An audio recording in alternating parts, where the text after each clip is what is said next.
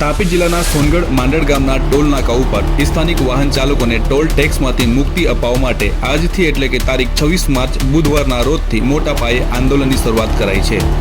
જે બાબતે બંધના એલાનને પગલે સોનગઢ નગરના લોકોએ પોતાના તમામ કામો રોકી સજ્જડ બંધ પાડ્યું હતું। જિલ્લાના સોનગઢ નગરના તમામ લોકોએ પોતાની દુકાનો બંધ રાખી ટોલ મુક્તિ આંદોલનને સહકાર આપ્યો હતો। જો કે વહેલી સવારે જ કેટલાક આંદોલનકારીઓની પોલીસ દ્વારા અટકાયત કરવામાં આવી હતી। તમામને ઉચ્છલ પોલીસ સ્ટેશન ખાતે લઈ જવામાં આવ્યા હતા।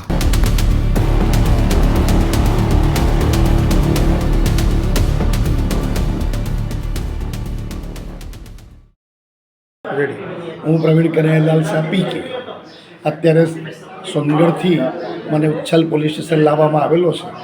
પોલીસ તરફથી મને કોઈ તકલીફ નથી, પણ વ્યારા, સોનગઢ અને તાપી જિલ્લાના તમામ ભાઈઓ અને બહેનોને વિનંતી કે આપણું આંદોલન ગાંધી ચિંધ્યા માર્ગે ચાલુ જ રાખો।